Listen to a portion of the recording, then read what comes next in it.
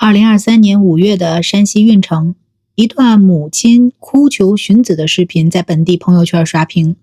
画面里，女人瘫坐在村口，声音嘶哑地喊着：乔乔你在哪儿？快回家！手里举着的寻人启事上，10岁男孩张某乔的笑脸格外刺眼。网友们纷纷转发扩散，志愿者带着搜救犬翻遍了附近的田野和河道，可谁都没料到，这场全民揪心的寻子大戏，竟是孩子生母和继父精心导演的骗局。此时的乔乔已经被这2个最亲近的人殴打致死，尸体被悄悄埋进了继父、祖父的坟墓里，距离他失踪不过短短20天。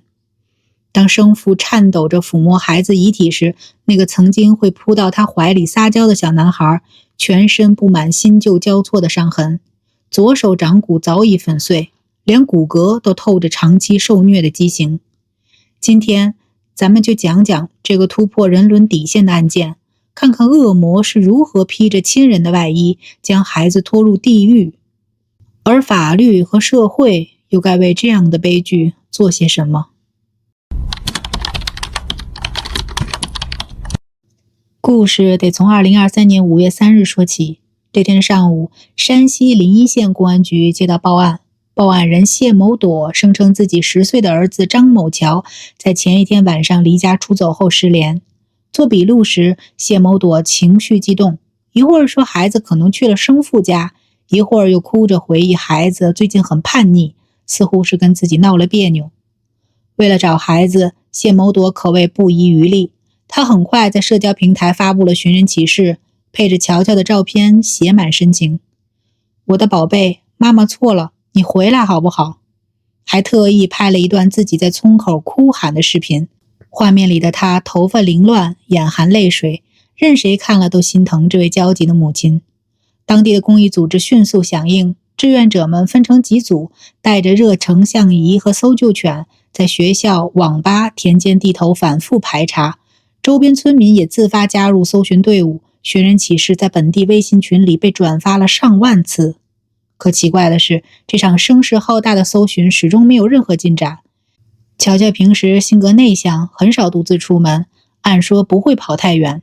他的生父张先生接到消息后，立刻从外地赶回来，发动所有亲友寻找，却连孩子的一点踪迹都没发现。更反常的是，谢某朵在配合调查时，总是避开关键细节。当民警问起5月2日晚上的具体情况时，他一会儿说自己在做饭，一会儿又说在看电视，前后供述矛盾百出。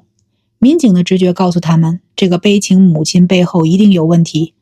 随着调查的深入，谢某朵的丈夫、乔乔的继父王某虎也进入了警方视线。面对民警的反复询问，王某虎眼神躲闪，回答支支吾吾，两人之间的眼神交流更是充满了破绽。警方随即对2人的住所进行搜查，在客厅的地板缝隙里检测到了微量血迹，经过 DNA 比对，正是失踪的张某乔所留。铁证面前，这对夫妻终于绷不住了，供述了令人发指的真相。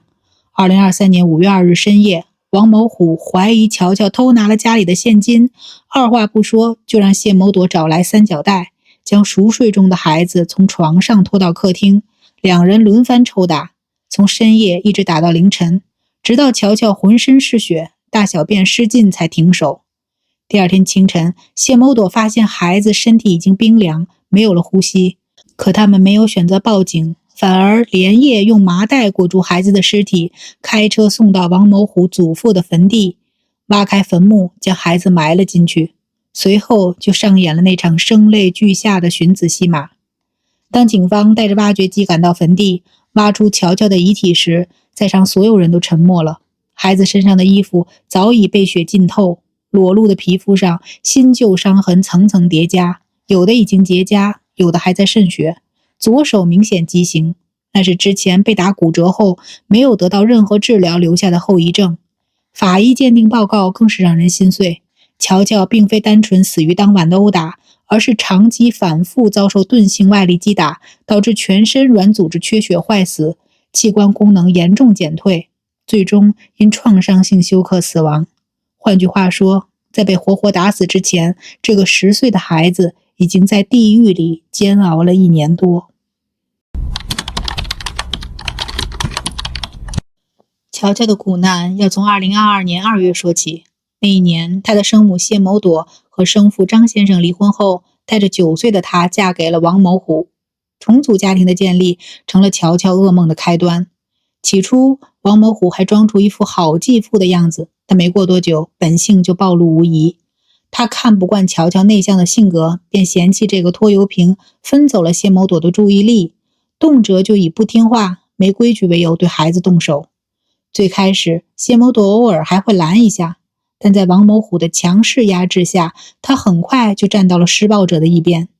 起诉书中显示，从2022年2月到2023年4月，短短1年多时间里，王某虎和谢某朵以偷钱、管教等各种借口，对乔乔实施了10余次严重殴打，使用的工具从皮带、三角带到木棍，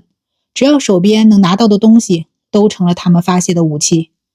2023年春节前后的一次殴打，成了乔乔命运的转折点。当时王某虎怀疑乔乔偷吃了家里的零食，抓起孩子的左手狠狠往墙上砸去，只听咔嚓一声，乔乔的手掌骨当场被砸成粉碎性骨折，剧烈的疼痛让孩子哭得撕心裂肺。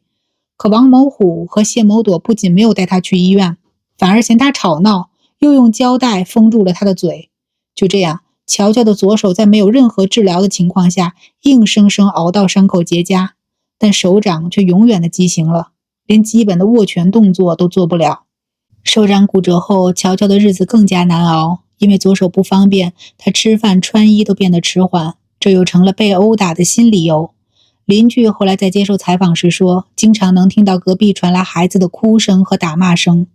有时候深更半夜都不停，但大家都以为是家长管教孩子，顶多在背后议论几句，没人想过要报警。有一次，乔乔趁王某虎不在家，偷偷跑到邻居家求助，说自己手很疼，想吃点东西。可没等邻居反应过来，谢某朵就冲了过来，一把拽住孩子的胳膊往家拖，嘴里还骂着白眼狼就知道在外人面前装可怜。那是乔乔离获救最近的一次，却最终还是被拖回了地狱。2023年5月2日，这场持续1年多的虐待终于走到了终点。当天晚上，王某虎发现自己钱包里少了几十块钱，第一时间就把矛头指向了乔乔。不管孩子怎么哭着辩解，他都不听，反而让谢某朵去库房拿三角带。这种用来绑货物的带子质地坚硬，抽在人身上会留下深深的血痕。据两人后来供述，他们先是把乔乔的衣服扒光，然后一人按住孩子的胳膊，一人抽打，累了就换班，从晚上11点一直打到凌晨2点。期间，乔乔从哭喊求饶到声音越来越弱，最后彻底没了动静，大小便失禁，弄脏了地板。王某虎摸了摸孩子的鼻子，发现没了呼吸，才停下了手。面对孩子的尸体，这对夫妻没有丝毫慌乱，反而冷静地商量起对策：埋尸、报警、伪造失踪现场，甚至还提前排练了寻子的说辞，确保每一个细节都天衣无缝。可他们忘了，再完美的谎言也会有破绽。客厅地板上的血迹，两人矛盾的供述，社交平台上用力过猛的悲情表演，最终都成了指向罪恶的证据。而乔乔留在这个世界上的，除了满身伤痕，还有生父张先生手机里存着的一段视频。那是离婚前，孩子在公园里追着蝴蝶跑，笑得露出2颗小虎牙的样子，和后来惨不忍睹的遗体形成了刺目的对比。2025年4月28日，山西省运城市中级人民法院，这个备受关注的案件迎来了一审宣判。法庭内，乔乔的生父张先生穿着黑色外套，全程面无表情，直到法官念出判决结果时，他才红着眼眶，用力攥紧了拳头。继父王某虎因故意伤害罪、虐待罪数罪并罚，被判处死刑；生母谢某朵同样数罪并罚，被判处无期徒刑。这个判决结果公布后，立刻引发了广泛讨论。核心争议点集中在2个问题上：为什么2人都是主犯，量刑却有着如此大的差异？检方指控的是故意伤害罪，而非故意杀人罪，是否轻饶了他们？要回答这2个问题，咱们得从法律层面好好分析一下。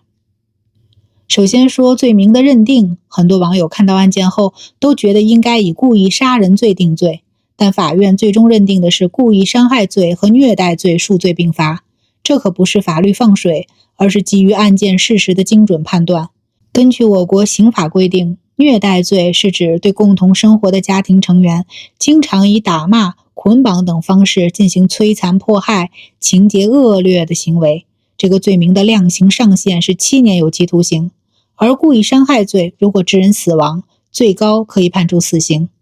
本案中，王某虎和谢某朵1年多的长期殴打行为符合虐待罪的构成要件，但2023年5月2日晚的行为已经超出了虐待的范畴。用三角带持续抽打3小时，针对腰背部、臀部等要害部位，这种行为足以预见可能导致死亡结果，属于放任死亡发生的间接故意，因此构成故意伤害罪。检方以这2个罪名起诉，既涵盖了长期虐待的事实，又精准评价了致命行为，是完全符合法律规定的。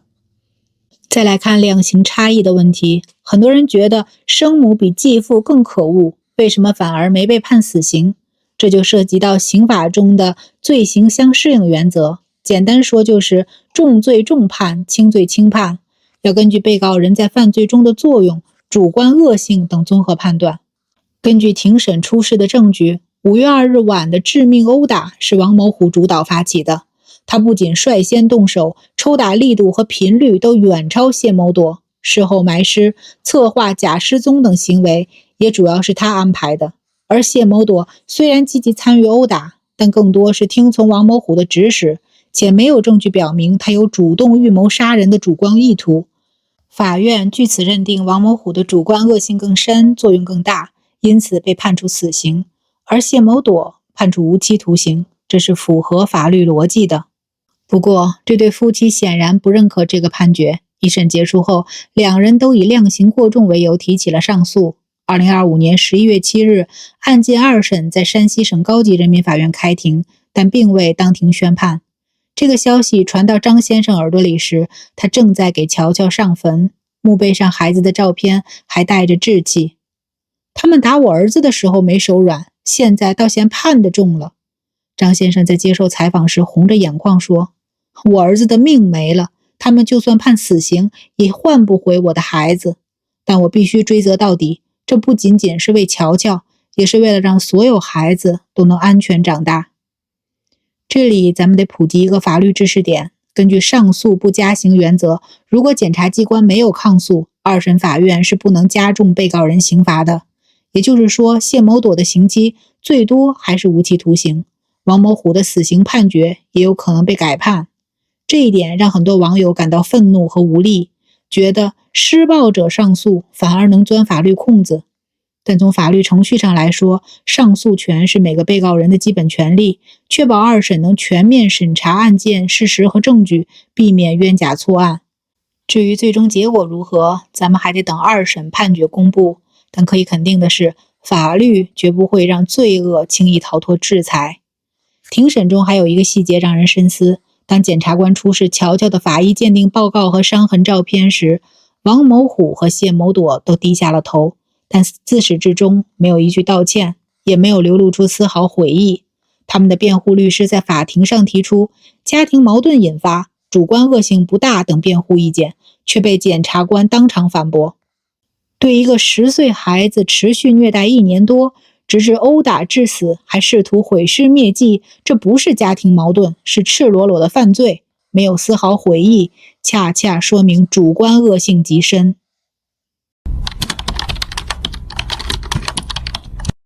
这个案件从案发至今，始终牵动着全网的神经。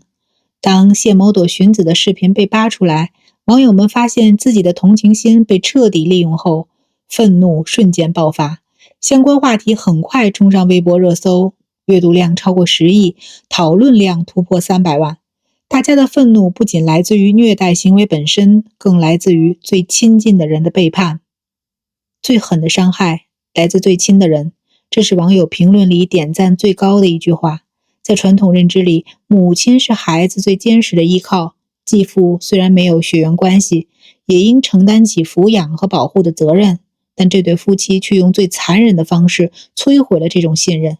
有网友翻出谢某朵发布的寻子视频，对比他殴打孩子的供述，怒斥道：奥斯卡都欠你一座小金人。对着镜头哭的时候，你有没有想过孩子被打的时候有多疼？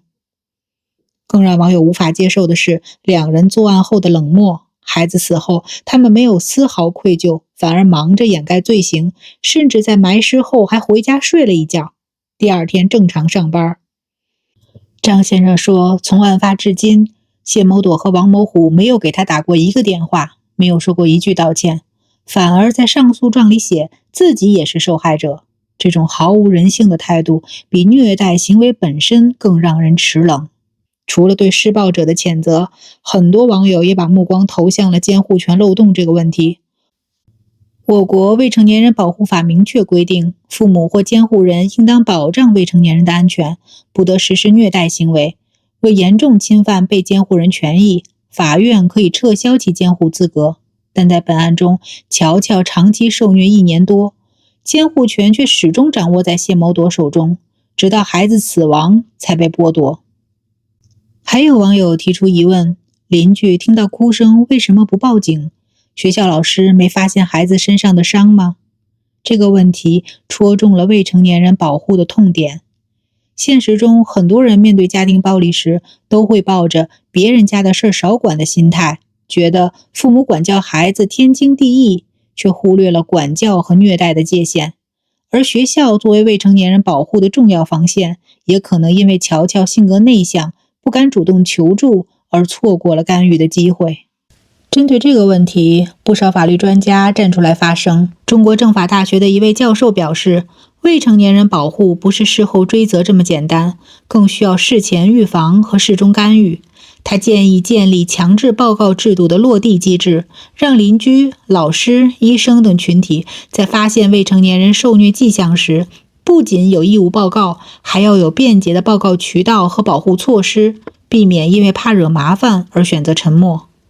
还有网友关注到离异家庭中未成年人的权益保护问题。张先生和谢某朵离婚时，考虑到谢某朵是母亲，就把抚养权交给了她，自己则在外打工赚钱，定期给抚养费。他怎么也没想到，这个看似为孩子好的决定，却把孩子推向了深渊。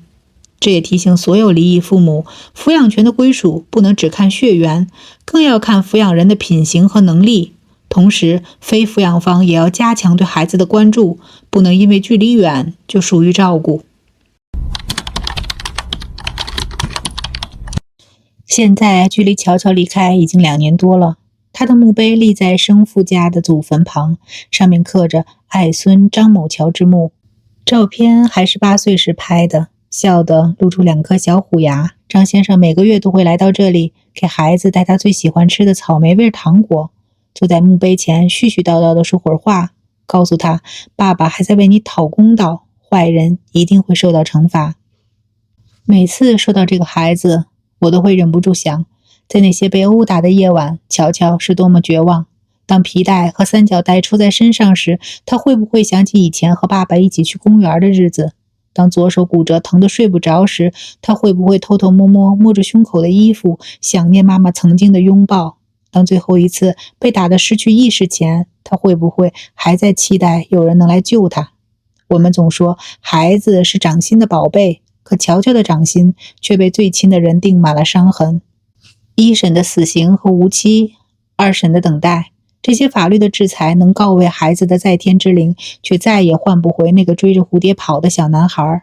而这个案件留给我们的，绝不该只是一时的愤怒和同情，更应该是对未成年人保护体系的反思和行动。或许你会说，这种恶魔只是少数，但请别忘了，每个受虐儿童的悲剧都是从第一次沉默开始的。如果邻居听到哭声时能多问一句，如果老师发现孩子手上的伤痕时能多关心一下，如果社区工作人员在走访时能多留意一点，乔乔的命运会不会就不一样？作为普通人，我们可能无法改变整个制度，但我们可以做那个打破沉默的人。看到孩子身上有不明原因的伤痕，多一句关心；听到邻居家有持续的打骂声，及时报警，遇到离异家庭的孩子多一份关注。这些看似微小的举动，或许就能成为照亮孩子地狱的一束光。对于为人父母的人来说，这个案件更是一记警钟。生育从来不是终点，抚养和保护才是责任的开始。血缘不是施暴的借口，亲情更不是伤害的遮羞布。如果你给不了孩子温暖的家，至少不要成为伤害他的人。如果你发现身边有人虐待孩子，别做冷漠的旁观者，因为你的一次发声，或许就能挽救一个孩子的一生。就在我准备这期视频的时候，看到了二审开庭的最新消息。张先生说他会一直等下去，直到看到最公正的判决。我相信法律不会辜负这个父亲的坚持，更不会辜负那个在天堂看着我们的孩子。最后，想对屏幕前的每一位观众说，请记住张某桥这个名字，记住他墓碑上的小虎牙，愿这个孩子的悲剧能成为最后一个，愿所有的宝贝都能在阳光下奔跑，而不是在黑暗中发抖，愿每一份亲情都能温暖如初，而不是成为刺向心脏的尖刀。如果您觉得这期视频有意义，欢迎转发出去，让更多人关注未成年人保护，让沉默不再成为伤害的帮凶。感谢您的收看，我是小薇，我们下期再见。感谢大家观看今天的案件解析。如果您喜欢我们的内容，别忘了点赞、订阅小薇说案，打开小铃铛，第一时间获取最新更新。有什么想法或想听的案件，也欢迎在评论区留言，和小薇一起讨论。我们下期再见。